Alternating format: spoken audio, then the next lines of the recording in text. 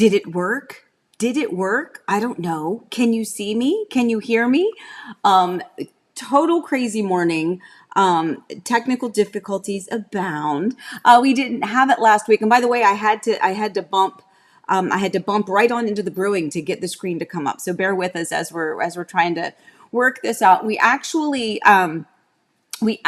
changed a program that we were using with Coffee Time. We got rid of it because it was part of what was losing the visual. So you may be stuck with me, which is probably for the better, guys, in a smaller screen. So just bear with me. I do have to end a little bit earlier today anyway because I have an appointment at 10 o'clock here at the house. And so at the risk of getting the dogs and everything riled up with doorbells ringing, I'll try to cut out just a few minutes early. But I have so much to share with you. So again, apologies if you see me in a small screen today, but we'll just do what we normally do. Good morning to everybody. I have my Disney mug. Of course I do, because it's right here in Disney's backyard. So I have my coffee. There we go. That's the color of Miss Amy's coffee, which is really more creamer than coffee. But cheers to all of you. I hope you had a wonderful Easter. And again, apologies for the little one. I'm afraid to put it back on the big screen because I may lose you altogether. So we're just going to talk here in our little tiny little box. So we did our Easter meal on Saturday instead of yesterday. We had leftovers yesterday. But Saturday, we had Elizabeth and Steele and Elsie came over. So we had some ham. I don't know what your traditional Easter meal is, but ours, thank you, Sydney. Our traditional, and again, it's just what I grew up with. So I don't know if it's the same for everyone, but we always had ham. Come from Virginia, so it was usually a Smithfield ham. Usually had ham, green beans, mashed potatoes. Sometimes there'd be like deviled eggs and things like that. But that's what we had. We had that on Saturday, and then we had leftovers yesterday, and it was just a lot of fun. So I've got a few pictures to share. Honestly, I'm trying to be better about living in the moment and not, I mean, the pictures are fantastic and I should have taken more pictures, but I didn't obsess about just taking the pictures the whole time. Instead, I was trying to keep my eyes focused on everybody that was directly in front of me. So lots of new things. So anyone that just popped in that I haven't said good morning to yet, good morning, Pam and John and Jay and Sydney and Dina. Did I get you? Wilderness Explorer. Good morning, everybody. So tell me what you guys did over the weekend. I think it was Sarah. Sarah, was it you that said that you don't normally? Oh, Ruth and Bill are here. Hi, Ruth. And I love you guys. Iris. Oh my gosh, there's so many people that have popped in. Richard, how did I miss you guys? Oh, it was probably because I was freaking out because the screen was dark. Anyway, Debbie, same thing. Anyone that I may have missed. But I think it was Sarah that said that usually don't get to see it live because it's kind of conflicts with kids drop off, pick up, or drop off time for school in the morning. So if you're with us for the first time live, you're in for a treat because I don't know if any of it's going to work. So that being said, I'll preface it right here in the beginning. As I said when we first started, obviously without Eric, we have our technical guru is not here to help us troubleshoot some of the problems. Alyssa's done a fantastic job to get us up and running, but we did have some issues that kind of continued. So we tried to remove one of the apps that we were using for our live stream, and we've switched it. So hopefully it'll get us going, but there's still some glitches for us to figure out. So again, just be patient with us. I think part of it is that Eric made things pretty, gosh, my glasses are horrible. Eric made things pretty fancy, as he always did. Basic was never good enough for him. He always wanted to have some extra little elements, some extra video things, some extra segments, which is fantastic, but it can make things a little bit more difficult for the average Joe Schmo to try to figure out and to access. So we're still working out those kinks. And the dogs are all around my feet. Oh, I got Daisy and Maggie got groomed yesterday. True story. The PetSmart called in the morning. I'm like, why are they calling us on an Easter Sunday? And I guess I had scheduled an appointment for them on Easter Sunday and had no idea. First of all, that it was Easter Sunday, and secondly, that that they would have even been open to have a grooming appointment. But at any rate, they did get groomed yesterday, and they look very, very cute. So anybody else? Kim popped in. Good morning. Again, I feel so bad if I miss you guys. Gary's here. Rhonda. Oh my goodness. Daryl. Dude, hang on, because I may need your, just come on over and fix everything. Rob, good morning. Okay, so let's talk about our brewing topics. So our brewing topics today, and again, I will try to go back to the Amy Solo, but I'm going to be really scared if I do. So maybe I'll just keep talking like this. Is this okay? I'll just keep talking like this with my little screen. Don't depend on one comp. All right, so what we're talking about here as a seller, this is as a seller or as a listing agent. One of the things that can be a challenge is that you will have a seller, Daisy Jane, don't you start, is that you will have a listing agent or a seller that is really focused on one comp that they see, that they like, that they feel like is going to affect their home price. And I've run into this lately. I've had some clients that actually we have submitted an offer. It was accepted on a home, but the sellers and the listing agent, I think understood where I was coming from, because the sellers are really sticking to a comp that sold in December, which was a great comp. I would want to stick with that one too, but that was in December, and there have been 3, 4, 5, 6, 7 more comps since then that are going to be more appropriate comps, because as the market changes, that's really what you need to do. So I think what I'm basically saying here is, I get it. I absolutely get it. You know, you want to find the highest price possible for your home. Of course, we all do. The listing agent, even the buyer's agent. I mean, everyone wants you to get the good full value of the home. Now, obviously the buyer, you know, we want you to get the appropriate value for the home, but we don't really want to underscore everything. We want you to get your offer accepted. That is the goal. Now, in a different time, in a different market, maybe a different type of property, you might be wanting to get it really, really, really low under value, like maybe you're talking a flip or something like that. That's not what I do. That's not what happens right here in Disney's backyard. So for our area, if your focus is to try to accomplish getting an accepted contract on the property, then we do our due diligence and we come in with a fair price and we have the comps to support it. And that's the way that you move forward, hopefully without any bumps and bruises along the way.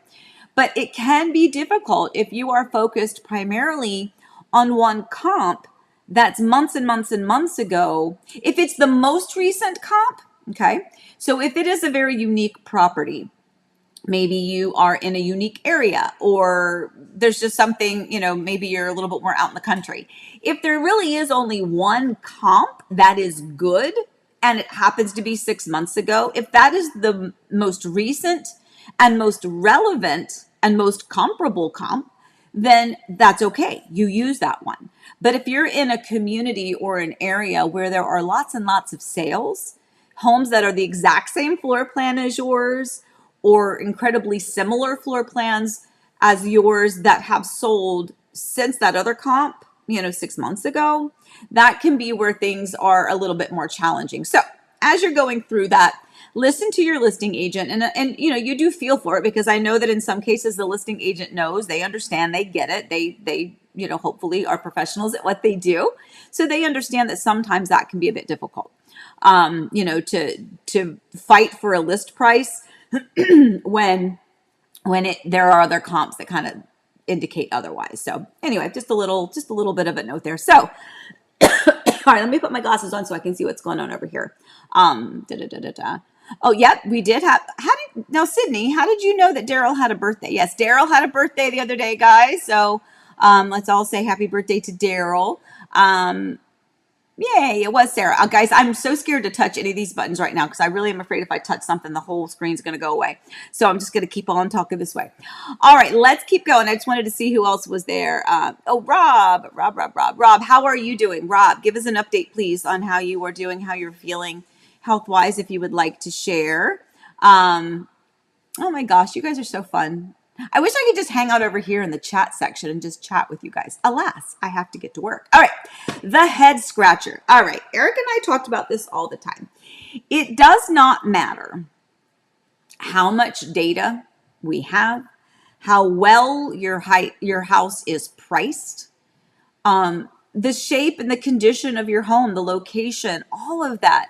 There are still going to be times where there are what we call head scratchers. Excuse me, dogs, stop. That there are what we call head scratchers. And the head scratcher is something where it doesn't make any sense as to why it's not getting shown, or why it's not getting offers, why it's not getting feedback that is indicating, hey, we have really good interest in this property. My client has it at the top of their list. That happens. And I have some of those. I have head scratchers. I have them now. I've had them in the past, and I will have them in the future. And candidly, sometimes it's not about the marketing. It's not about, whether or not your listing is visible, because we do everything out there that you can possibly do to get it seen. It may not be the condition of your home, because some of these homes are in fantastic shape. They're beautiful homes. Sometimes they're even priced extremely well, or even, in my opinion, some of these are priced under value. But what we cannot control is who the buyer is out there and what they want at the time they are looking, what their price point is, and what their taste and their vibe is, and the location for where they want to purchase. That's the thing that we can't control. All we can do is let people know that the home exists. We can market it, we can price it right, we can do all of the things just right, and we still have a head scratcher as to why. Why is this house not moving? Why is it not getting multiple showings? Now, there are things, and we've talked about this before, where a listing can start to be a little bit stale. And when we say stale, what we mean is, if we don't have any kind of a price change or a price correction or anything to kind of bump it back up in the MLS, as new homes come on the market, sometimes, when a person is looking, or if they're on a property search, if you've ever been on a property search, you know that you will get your updates as a new property comes available. So when that property that's the listing goes on the market, you'll get notification about that too. But if it's a month later and there's 10 more properties that have come on the market since then, those buyers, however many there are, whether there's one or whether there's 21 or 101, they are then being bumped those new listings as well, which is why we would talk about doing small changes in the listing just to kind of help give it a little bit more energy. Eric used to use the word tickle. He's like let's just tickle the market a little bit, tickle the MLS a little bit. It doesn't have to be a grand price reduction. Sometimes just a $2,500 price reduction changes it in the MLS, it bumps it back up to the top, and then people will be notified again that there was a price change, or that now somebody that is new to looking but had not received your listing necessarily before as a suggested option may now get that listing. So that's why it's kind of important to do that every once in a while. Now, we did just have a holiday weekend. I had a couple of clients that were like, should we expect anything over the holiday weekend? And, candidly, Saturday and Sunday, probably not. Sunday, obviously, probably not. But there were a few that were happening on Saturday. Anytime there's a holiday weekend, you can expect there to be a little bit of a slowdown. It makes it a little bit difficult when you live in the home as well to be able to, to manage, okay, well, how do we create our Easter celebration with our family if somebody could potentially schedule a showing? Well, by the way, you are allowed to block off days. And so I don't know, those of you that are sellers, if you don't know this, you can do that. As a realtor, we have the ability in the MLS to block off days. So let's just say, hey, you know what? My mom's coming to visit and they're going to be, excuse me, she's going to be here for 2 days. And I really don't want to be interrupted with showings. I really want to spend time with my mom. Okay, that's fine. Fair enough. Then whatever those days are, you let your listing agent know, and they can take those days and block them off in the MLS so that if someone is interested in scheduling a showing, when they click on that, the little internal program that the MLS provides us to schedule that showing, it will have those days blacked out. And so we'll know, okay, well, the home isn't available to be seen or to be shown that day. So very easy enough to do. But those are just some things to think about. So the point of this brewing topic is the head scratcher. They do exist. You might have one of them. You might have had one of them in the past. You might have one in the future. And it really, really, really can be frustrating. And it's frustrating from everyone's perspective, as to why in the world, like, what is it? And there's just a multitude of reasons. There's so many, potential reasons that things don't, that people aren't coming to see it. Maybe it's the location, maybe it's the price, maybe really honestly, you just don't know. All we can do is to make sure that all the people out there know that your home exists. So that's what we want to do, make sure it's priced well. And sometimes we just have to tickle it a little bit, tickle the market, tickle the MLS, do just a really small price reduction to kind of help get it some interest. And just as a bigger disclaimer out there, not a disclaimer, but a reasoning is that we really are dealing with some incentives from builders that are making it difficult for the average seller. So when a builder is able to say, hey, we'll, sell you this new construction inventory home, brand new, comes with a warranty. We're going to give you these incentives. We're going to lock you in at a 4.99 interest rate. When they can offer you all of this, it makes it really, really hard sometimes for the average buyer to at least to not at least entertain that idea. Now, again, where we live, there's a lot of new construction. Where you live, maybe there's not. And so maybe that's not a competitive thing that you have out there with your resale options.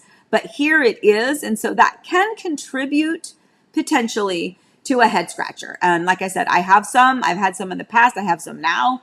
I will have more in the future. And it really is frustrating. My other frustration, just candidly, is the feedback. And as a reminder to everyone out there, because this annoys everyone, it annoys the seller, it annoys the listing agent, it annoys the buyer's agent, because the buyer's agent is continually automatically prompted for feedback requests. That again is part of the internal system of the MLS, which is fantastic, by the way. And it's simple. It's 5 easy questions. You just go click, click, click, click, click. And, and that's it. And then you could submit the feedback. As soon as you have requested a showing, that day and time is then registered. You get an automatic little prompt saying, feedback requested for your showing at 123 Main Street. And then, sometimes the buyer's agent will take the time and fill it out. Sometimes they provide that feedback directly to the listing agent via phone call or text. That's fine too. But sometimes it's crickets, absolute crickets. You're like, hello, you showed the home. Could you provide some feedback? Is there, do you think your clients are interested? Is there anything that you could share about your experience with the showing that would help the sellers? And you request both automatically and personally, and you still don't get that. And it really, really can be frustrating. So be a good person out there. And if you are someone who's looking for houses, provide that feedback and have your buyer's agent provide that feedback. If you are a listing agent or a buyer's agent out there, first of all, listing agent, I feel your pain. If you're a buyer's agent out there, when you can, first of all, people understand if you've got clients with you and you're driving around and you've got 7 homes to see, and as soon as you snap that lockbox back up, your phone goes ding, feedback request. Sometimes you don't have time to do it right then. You're talking to your clients, you're having a conversation, you're focused on the directions to the next showing. You've got all of these other things that you're dealing with. But at the end of the day, if you can, take that, 2 minutes and just, go back to each of those homes and provide a little feedback, it makes it better for everybody, to be quite honest. So anyway, all right, I'm gonna see if I missed anything over here on the side. Wait, Jane said, quick hello. I'm at a friend's. Yeah, so Jane sent me a message the other day saying she wasn't going to be able to watch today. So, I'm glad you were able to pop in. That's good. All right, so, yeah, and Daryl says, how did you know that? I don't know how everyone knew that it was your birthday, but happy birthday to you. And that's just funny how, like, somebody mentioned it, and I guess everybody pays attention. All right, and now our third topic is time to sell.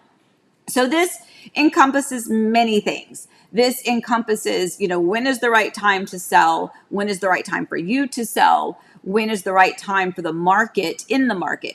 But for me, it's time for me to sell my house, the one that I'm in right now. It is officially on the market. It just went on the market last Friday evening.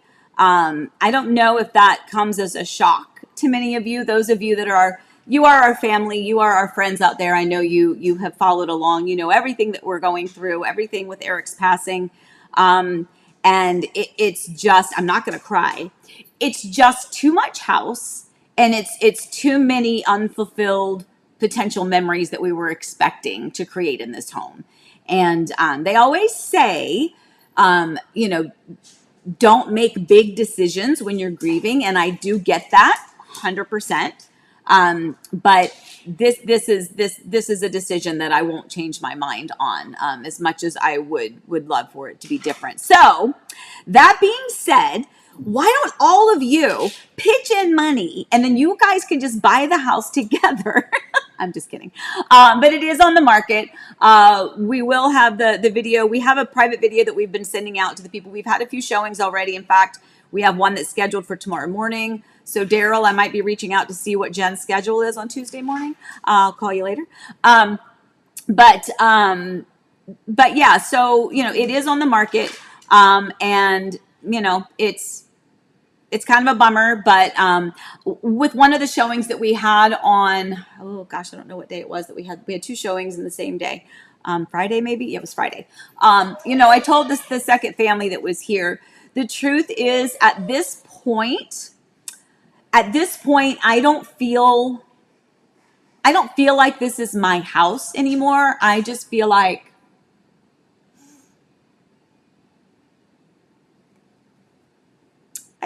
I'm its protector, and I'm just supposed to take care of it until the next family can come in to fill it with all the love and the laughter and the memories and the celebrations and everything. But until then, I'm just going to take really good care of it like we've been doing. But yeah, so time to sell means time for Miss Amy to sell. Now, those of you who are going, okay, what are you doing? Where are you going? What's happening? Okay, so there's a couple of definites and a couple of things that I'm still waiting on. First of all, a lot of it depends on this house and when it sells. If we get asked, if we buy, where that comes in, price wise, timing wise, what is the buyer's situation? Is there a contingency? What is the closing date? So there's a lot of unknowns. But what I will tell you is that I have a lot of great contacts with a lot of great builders out here who are aware, and we'll get it taken care of. Sorry. We'll find something. I'll find something smaller. Something smaller here that just kind of suits me for where I am in the phase of my life. Sorry, it's been a while since I cried to all of you. I'm so sorry. But just a lot. There's a lot going on. So yeah, so once I sell this one, my plan is twofold. It's to get something smaller here. I've even got my eye on some 55 plus options. I got a couple sprinkled out there with some builders who were, kind of keeping me in the loop. That'll help take care of me. Just something small. And then I will probably buy something small in Virginia as well, because as you know, I'm from Virginia, and my son, both of my boys are in Virginia. My oldest already lives in Virginia. My youngest is finishing up college. I feel quite certain that once he's finished with college, he will want to stay in Virginia. And Alyssa and Hong are heading in that direction. Elizabeth is here, but my thought is I'll have a little small something in Virginia and a little small something in here still in Winter Garden, because I still have to work, guys. So don't stop calling me, okay? Promise. Still working, not going anywhere. Heart and Home Orlando still exists. Coffee Time's still happening, still selling houses, both from the buyers end, from the sellers end. But I'm just gonna be a smaller house for myself. And then if I go to Virginia to visit, if I go for a few days at a time, that way I won't have to, stay with somebody. I can have a spot for me. And that will also help serve as a place for my youngest too, when needed. So anyway, so lots of things going on, but I did want to share that because yes, I don't know how many of you knew this, but I had so many people. It's not even, I don't even think Allie, we haven't posted that video yet, have we? Yeah. So we haven't even, so we have the video of this house, which we are posting, I guess, this week. But for the people that are interested in seeing it, anyone that has requested a showing, I've asked them to please view the video first, just to make sure that from the video that it looks like it's still something that interests them.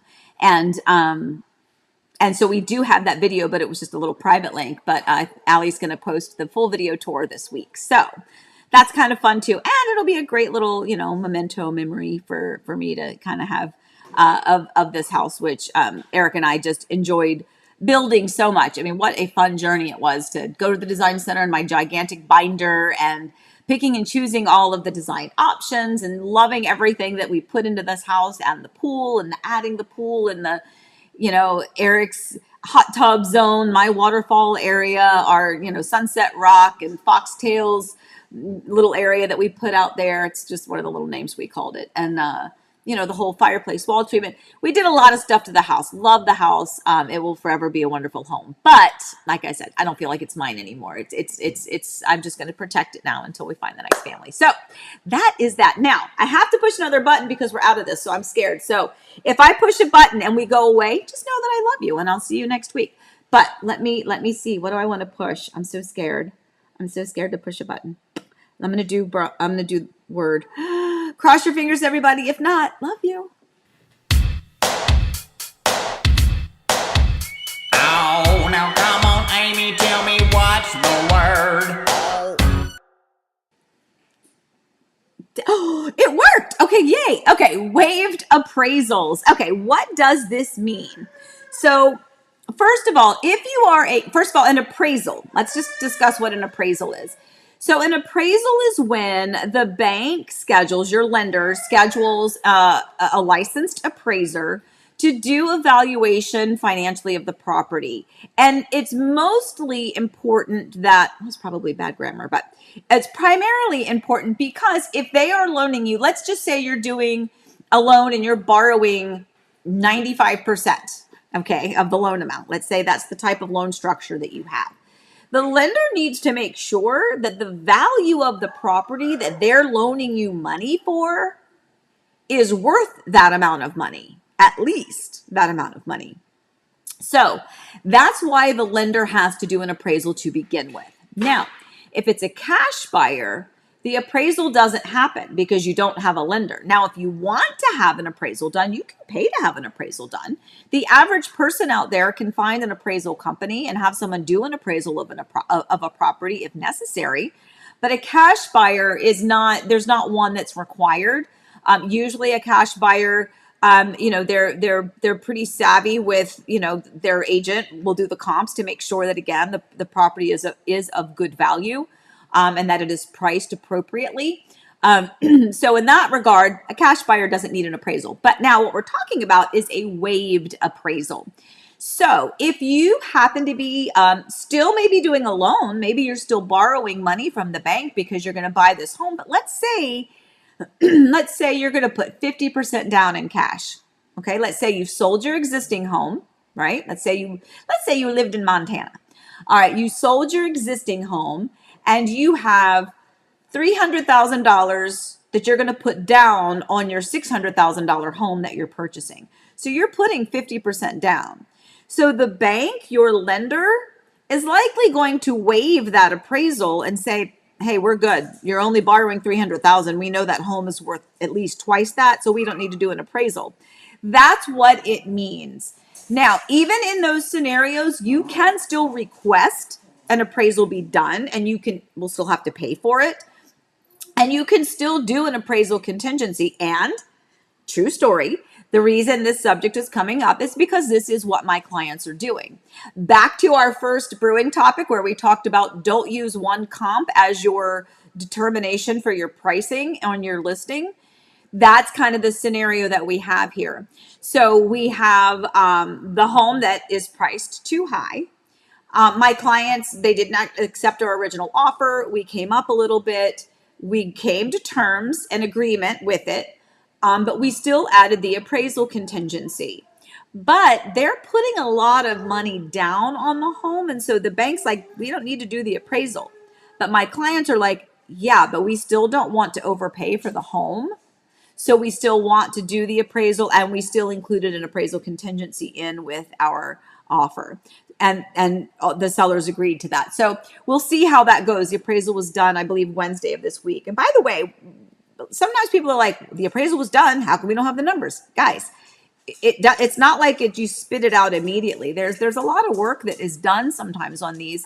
So when the appraiser comes out, they may only be at your home for a few minutes, 15, 20, 30 minutes at most. But it still is a lot of work that they have to do after they've seen your property to go back and get that data and to give you what that appraised number is. So I would say give it at least a week, maybe a week to 2 weeks to get the appraisal back.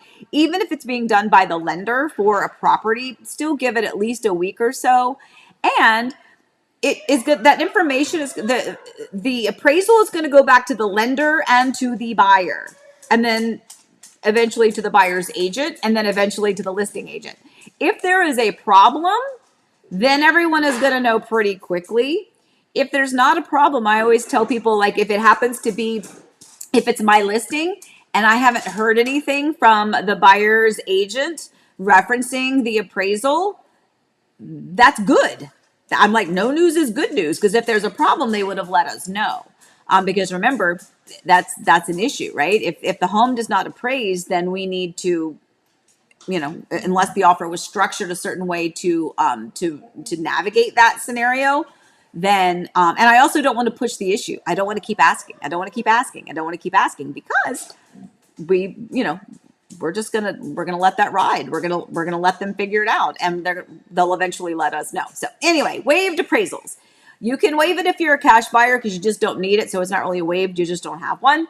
And if you are doing a mortgage and you're borrowing money, the bank is automatically going to be ordering that appraisal unless they decide to waive it because you're putting enough cash down that they're not worried about the home appraising, because clearly that home is worth $600,000 and you're putting $300,000 down. So you're only doing a mortgage of $300,000. That's way less than the value of the home. So they don't need to do an appraisal. So, but that is a case by case scenario. So that's something to always check in with your lender about in the beginning. But there you go. There's your waived appraisal. Okay, let's see what we got going on over here. Okay, yeah, so you guys are funny. So Sydney, if you guys don't know, and again, I'm so scared to push the buttons, but Sydney said that video will be my best comment ever. So Sydney is our favorite commenter ever. We all talk about Sydney's comments on every one of our videos. They are so thoughtful. They're so detailed.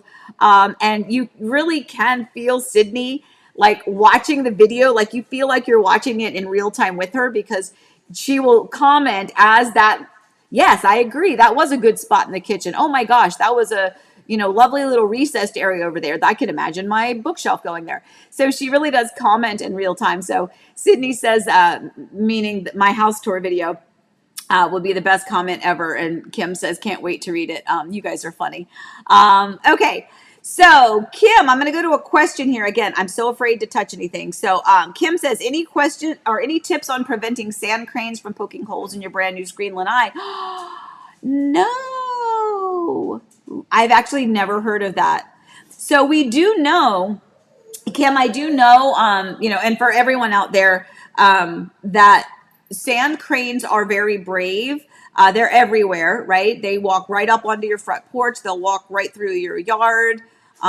They fly overhead and poop all over your car. I walked out to my car the other day and it was like a poop bomb exploded on my car. It was all over, on the front, on the hood, on the back. This is a big explosion, all over my car.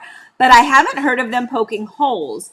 So I don't know, Kim. I don't know if there's something in your screen that they're trying to get to. I don't know. That's a really good question. If you find out, let me know and we'll share that with people. Interesting. Okay.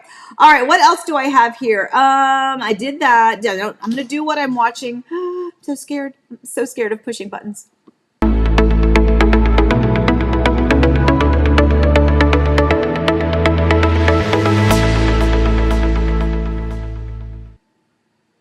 Oh, it worked. Yay.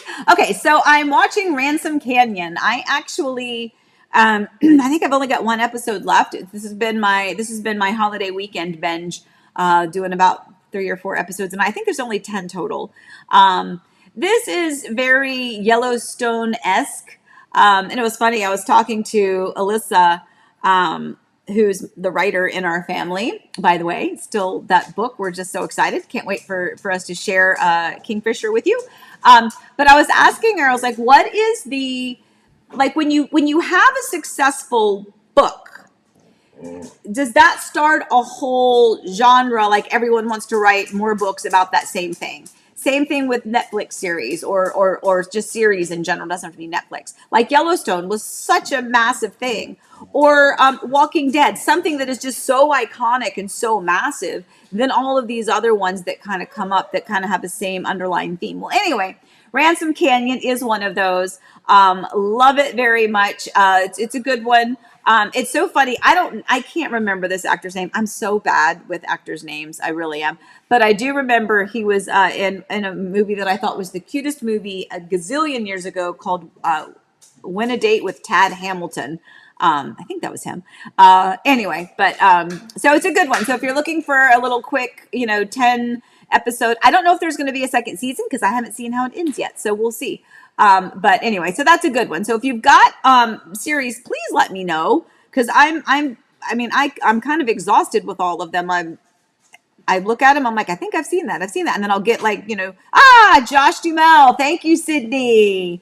Thank you. That's it. Thank you. I knew I would know it if you said it, but I couldn't bring it to head. Yes, I'm just bad with names. I'm bad with names too. Anyway, all right. So that's a good one. If you have other series, let me know. Be happy to watch them because that's my quiet time. I am grateful, so genuinely grateful that I am still super busy. In fact, we'll do wishes here in a minute. I mean, honestly, really, really busy from the moment I wake up. There's work, there's clients, there's showings, there's new homeowner orientations, there's closings, there's showing houses, there are prepping houses for being listed. All of that while we're doing, this house as well. But I do value when I go to bed at night, my couple of hours of just laying there, and just finding something to watch and kind of just breathing a little bit. Jay says Matlock has been super fun this year. Kathy Bates is so good. And you know what I did? I watched the first couple episodes. Here's my thing though. So was that Jay that said that? Yeah. So here's my thing. I think I'm getting really spoiled. I can't watch a series unless I can just binge it and watch all of the episodes. The ones that are like the next episode is going to be next Sunday night or next Thursday or next Wednesday. I get off. Like my brain doesn't comprehend. I tend to I tend to forget what I was watching to know that I need to look it up the next week. So partly that's just because I'm old and they do talk about widow fog, that our brain can be a little, foggy. I don't know. I feel like I'm pretty with it. But when it comes to that stuff, I'm like, I can't remember what I was watching because it's really just a placeholder for me to go to bed and put something on. But yeah, so Josh Duhamel, yeah, not bad looking. He's a looker.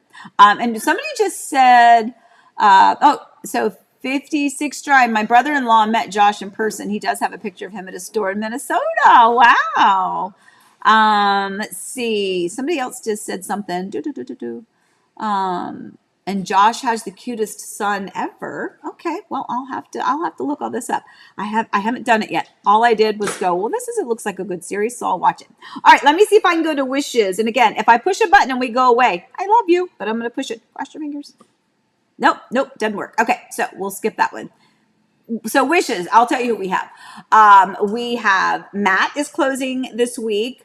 Luann and Curtis are closing this week, and what was it? Heather and Ashley are closing this week. So we have several closings this week. Super excited. All three of them, fantastic stories, which is honestly one of the best things ever.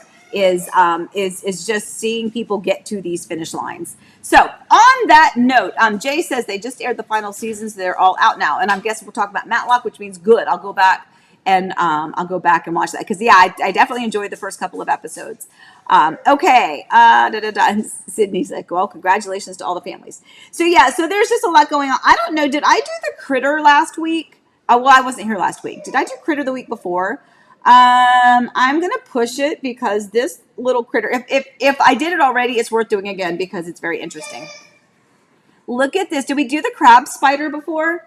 The crab spider looks like a little crab, but it is a spider, and it is the most unique looking thing. That's kind of crazy, right? I feel like I may have already done this one, but it was here, and it's a button that works, so we're gonna go with it. But look at that. That was actually out on the pool area. That was on the lanai. And I was out there and I saw this thing crawling. So by the way, just full disclosure, even though we have the entire pool area is screened in, it does not prohibit everything from getting in. It's definitely going to do a good job of keeping critters out, but things are going to find their way in, especially when you have a doggy door, which our dogs are in and out all the time. A little piece of it. It doesn't look real. I know, Kim, it doesn't, does it? It doesn't look real. But yes, that is called a crab spider. It's got the little pokey things on it, and it's definitely a spider. It was probably about the size, maybe of a nickel, maybe a little bit bigger than a nickel, but not as big as a quarter. But anyway, yeah, I know, right, Sydney? It is beautiful, but I don't want to see that. Yeah, it's just crawling right there on the lanai, and I'm like, okay, well, that's not good. Anyway, all right, guys. So what I'm going to do, because I do have an appointment at 10 o'clock, I want to make sure that I get out of here before they ring the doorbell, and then then it becomes a reality show of what it's like to live at Amy's house with all the dogs barking and me having to go out through the garage because there's no way I could open the door. Anyway, so what I'm going to do is I'm going to do the promo. That worked. Yay. Okay, well, I'll just say on this picture now. Now you can see a different picture. Okay. So so as I mentioned, thank you for bearing with us. We got through. Allie's so excited. I know that even though a couple things were a little glitchy, all in all, the new part of what we deleted from the program that we thought was causing the issues before, I don't think that's happened. So now there's just a few other things we'll have to work out those kinks. But thank you for bearing with us all the time. We appreciate it so much. All right, so we're going to have a good week. You're going to have a good week. You're going to finish your morning coffee. You're going to know that we appreciate you being here with us and bearing with us through literally everything, from every single day-to-day trial and tribulation to the celebrations to the grief, to the sad stories, and to the fun that we've had. Just thank you for hanging out with us through that. There's a lot more to come. Just have to be patient until I figured it all out. Anyway, so with that, I'm going to let you guys know, as always, please stay safe, stay well. Remember, I love you, and have a great day. Happy house hunting. Bye.